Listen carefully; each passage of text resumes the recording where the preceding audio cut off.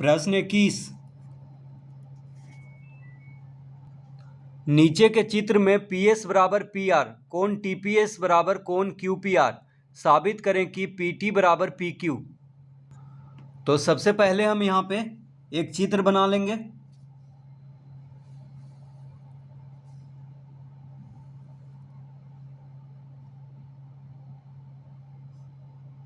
तो यहाँ पे एक त्रिभुज है PQT।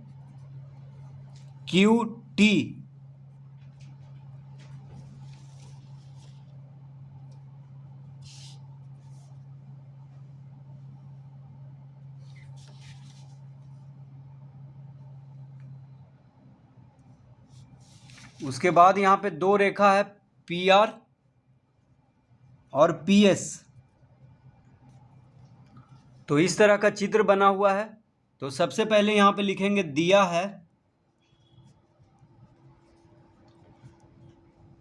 क्या क्या दिया हुआ है, PS बराबर PR। दिया हुआ है कि PS जो है PR के बराबर है, PS और PR क्या है, बराबर है। उसके बाद दिया हुआ है कोण TPS, कोण TPS बराबर कोण QPR।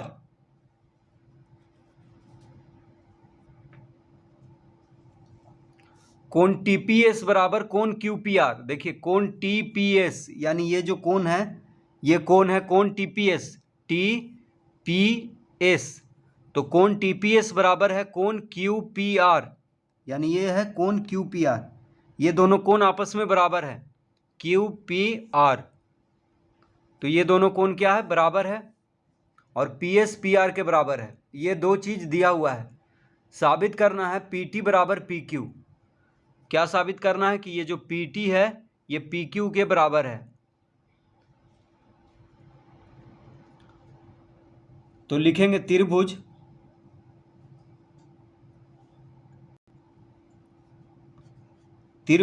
PRS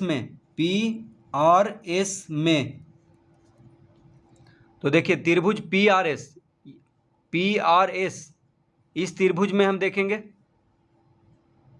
ठीक है। PRS में दिया हुआ है PS जो है PR के बराबर है। तो त्रिभुज PRS में क्या दिया हुआ है, PS बराबर PR। यहां पे लिखेंगे दिया है PS बराबर PR।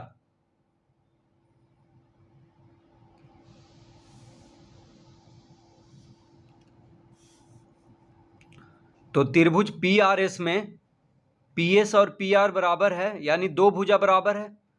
तो त्रिभुज PRS में दो भुजा बराबर है, इसका मतलब त्रिभुज PRS क्या हो गया, समद्विबाहु त्रिभुज। तो जब भुजा बराबर है तो उसके सम्मुख कोण भी बराबर होगा, यानी ये कोण और ये कोण दोनों आपस में बराबर होगा, क्योंकि समान भुजा के सम्मुख कोण बराबर होता है। तो PR और PS बराबर है तो उसके दोनों सामने वाला कोण भी बराबर होगा। तो हम लिखेंगे अतः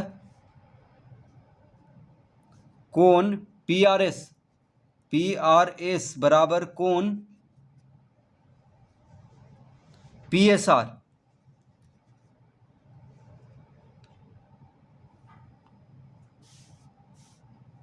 तो त्रिभुज PRS में जब PS PR के बराबर है तो ये दोनों कोण क्या होगा, बराबर होगा। कौन सा कोण है, कोण PRS। देखिए कोण PRS, इसको कहेंगे कोण PRS और इसको कहेंगे कोण PSR। तो यहां पे हम लिख देंगे समान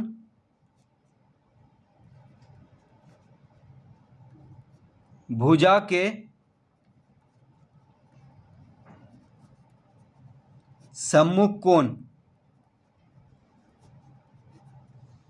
समान भुजा के सम्मुख कोण क्या होता है, बराबर।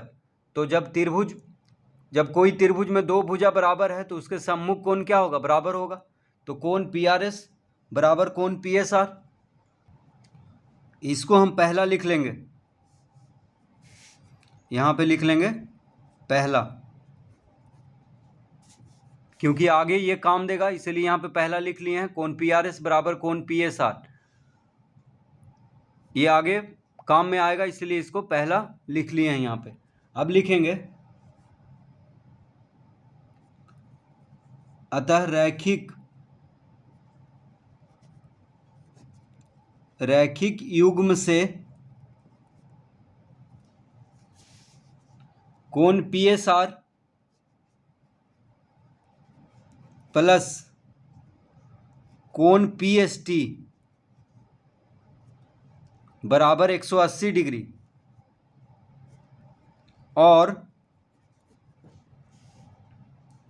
कोण पी आर एस प्लस कोण पी आर क्यू बराबर 180 डिग्री। तो देखिए रैखिक युग्म से कोण पी एस आर और कोण पी एस टी को जोड़ेंगे तो 180 डिग्री के बराबर होगा, और कोण पी आर एस और कोण पी आर क्यू को जोड़ेंगे तो 180 डिग्री के बराबर होगा। तो देखिए यहाँ पे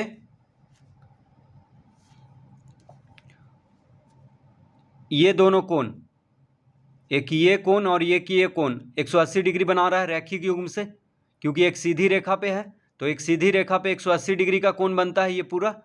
उसी तरह ये कोण और ये कोण 180 डिग्री होगा जोड़ने पे, ठीक है।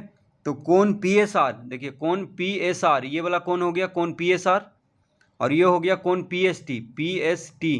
तो ये दोनों कोण को जोड़ेंगे तो 180 डिग्री आएगा। उसी तरह कोण पी आर एस ये वाला हो गया, और कोण पी आर क्यू ये हो गया। तो ये दोनों कोण को जोड़ेंगे तो 180 डिग्री होगा रैखिक युग्म से। तो इस तरह लिख लेंगे। तो जब दोनों कोण, ये दोनों कोण का जोड़ 180 डिग्री है और ये दोनों कोण का भी जोड़ 180 डिग्री है, तो ये दोनों कोण आपस में बराबर हो जाएगा। तो लिखेंगे अतः कोण पी एस आर प्लस कोण पी एस टी बराबर कोण पी आर एस प्लस कोण पी आर क्यू। तो देखिए कोण पी एस आर प्लस कोण पी एस टी बराबर हो जाएगा कोण पी आर एस प्लस कोण पी आर क्यू, क्योंकि दोनों का जोड़ 180 डिग्री है, तो ये दोनों कोण का योग आपस में बराबर होगा, क्योंकि ये दोनों कोण का जोड़ क्या है 180 डिग्री। तो कोण पी एस आर प्लस कोण पी एस टी बराबर हो जाएगा कोण पी आर एस प्लस कोण पी आर क्यू।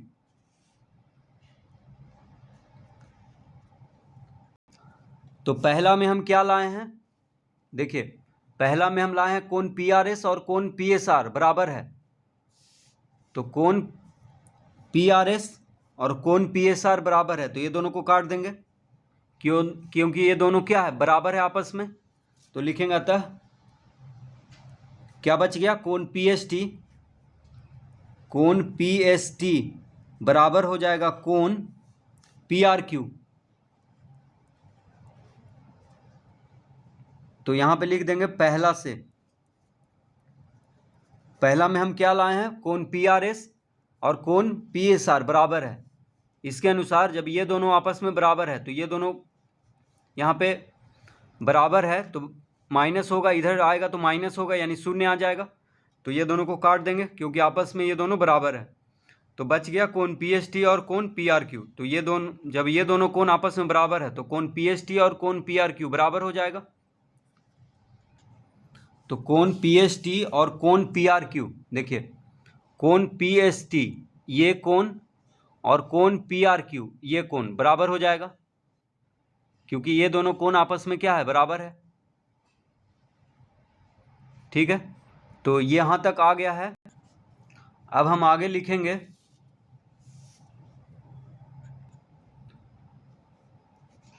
त्रिभुज पी एस टी और त्रिभुज पी आर क्यू।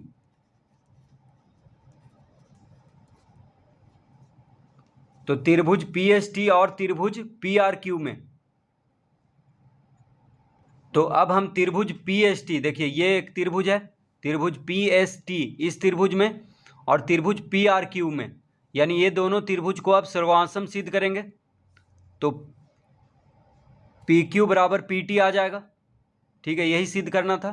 तो ये दोनों त्रिभुज को अब हम सर्वांशम सिद्ध करेंगे, ये त्रिभुज पी एस टी और त्रिभुज पी आर क्यू को। तो लिखेंगे त्रिभुज पी एस टी और त्रिभुज पी आर क्यू में कोण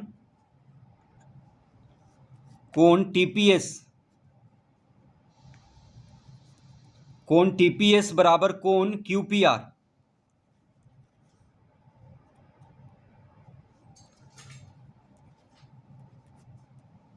यहां पे लिखेंगे दिया है तो कोण टीपीएस बराबर कोण क्यूपीआर, ये हमको दिया हुआ है।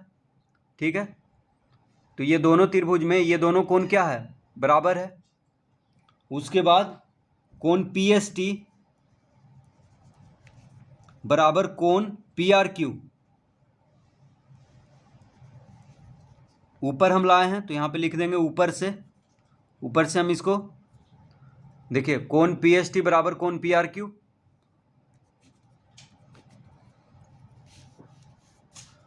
उसके बाद लिखेंगे पीएस बराबर पीआर, ये दिया हुआ है। तो त्रिभुज पीएसटी और त्रिभुज पीआरक्यू में कोण बराबर है, यानी दो कोण बराबर है और एक भुजा, यानी कोण भुजा से ये दोनों त्रिभुज क्या हो जाएगा, सर्वांशम। तो त्रिभुज पीएसटी और त्रिभुज पीआरक्यू में ये दोनों त्रिभुज में देखिए कोण टीपीएस ये कोण टीपीएस और कोण क्यूपीआर ये कोण, ये दोनों कोण बराबर है, ये दिया हुआ था। फिर हम लाए थे क्या, कोण पीएसटी ये कोण और कोण पीआरक्यू ये कोण, ये दोनों कोण क्या है, बराबर है। और क्या दिया हुआ था, पीएस और पीआर बराबर, तो कोण भुजा से ये दोनों त्रिभुज हो गया सर्वांशम। तो लिखेंगे अतः त्रिभुज पीएसटी सर्वांशम त्रिभुज पीआरक्यू कोण भुजा से, तो कोण भुजा से ये दोनों त्रिभुज हो गया सर्वांशम। तो लिखेंगे अतः पीटी बराबर पीक्यू, यही सिद्ध करना था। तो जब त्रिभुज सर्वांशम हो गया तो उसका संगत भाग भी सब बराबर हो जाएगा। तो पीटी किसके बराबर हो जाएगा, पीक्यू के। तो यहाँ पे लिख देंगे सीपीसीटी, सर्वांशम त्रिभुजों के संगत भाग क्या होता है, बराबर। तो जब दोनों त्रिभुज सर्वांशम है, ये त्रिभुज और ये त्रिभुज, तो पीटी और पीक्यू क्या हो जाएगा, बराबर।